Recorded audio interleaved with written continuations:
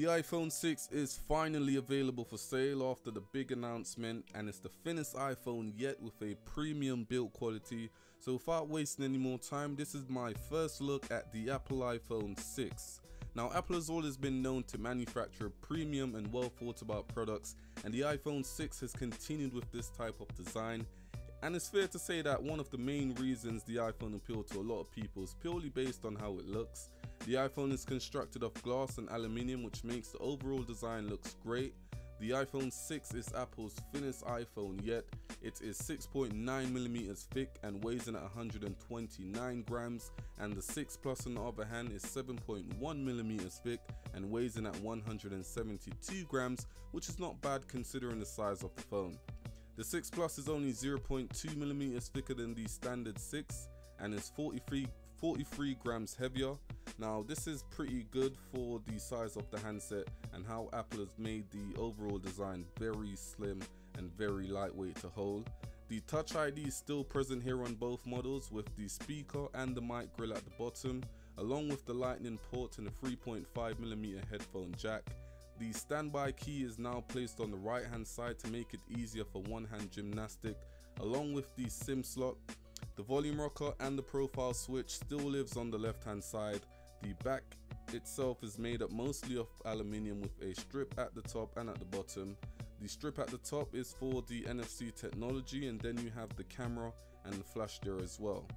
The edges and the back of the 6 models are now curved. It's really comfortable to hold now, and the fact that it's so thin makes the look and feel experience so much more enjoyable.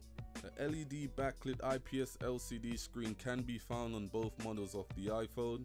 The iPhone 6 is rocking a 4.7-inch display with a resolution of 750 by 1334 and a pixel density of 326, in comparison to the 6 Plus, which is rocking a bigger 5.5-inch display with a resolution of 1920 by 1080p and a pixel density of 401.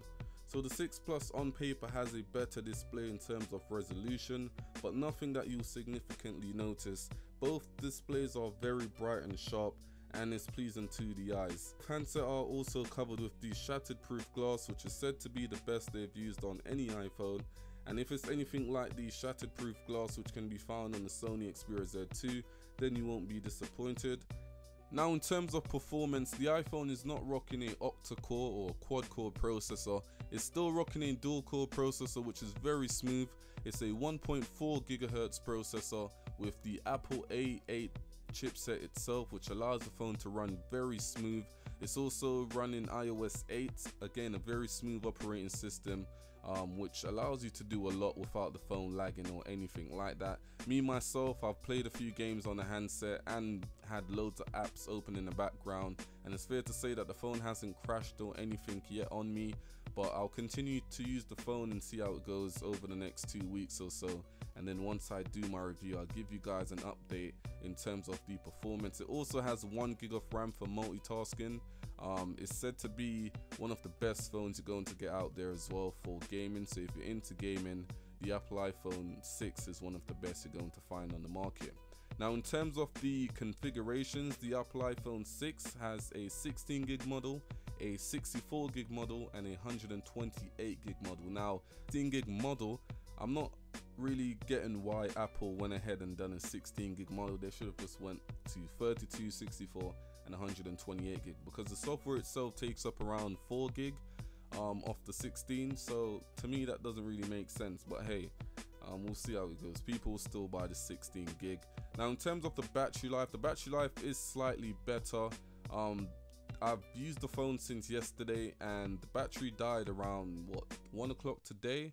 The brightness was fully up. I was using the phone and I had no problem with the battery, and I have to say that it has been improved in comparison to the iPhone 5 and the iPhone 5S. But again, I'll continue using the phone and see how it goes over the next 2 weeks, and I'll update you guys in the review. The camera on the iPhone 6, which is 8 megapixel, has a iSight camera with a new sensor which allows full HD 1080p video recording at 60 frames per second, slow-mo video recording at 240 frames per second, which is going to be a very cool feature, and it also has the time-lapse video mode as well. So the camera department is a very good camera you're going to find here on the iPhone 6. Even though it's an 8 megapixel sensor, it does have a aperture of f2.2, so in terms of the overall quality of the photos, they will look very sharp indeed. So in terms of the overall camera and the overall phone itself, the iPhone 6 is a very nice phone in terms of the build quality, the performance, and just overall it's a very nice phone. But as I said, this is just my quick hands-on video of the phone. I'm going to use this phone for 2 weeks straight, going to like really use it, put it to the test, and see exactly how it holds up against my Sony Xperia Z2, and see if it can handle my everyday usage. And I'll then make my review and give you guys an update on the phone and if it's worth it or not. So this is just my quick hands-on video for you guys, just to talk about some of the features of the iPhone 6. If you are new to my channel, you know the score. Subscribe for more videos, for more content, and for all my iPhone coverage that I will be doing this year. And I hope to see you guys in the next video. Peace.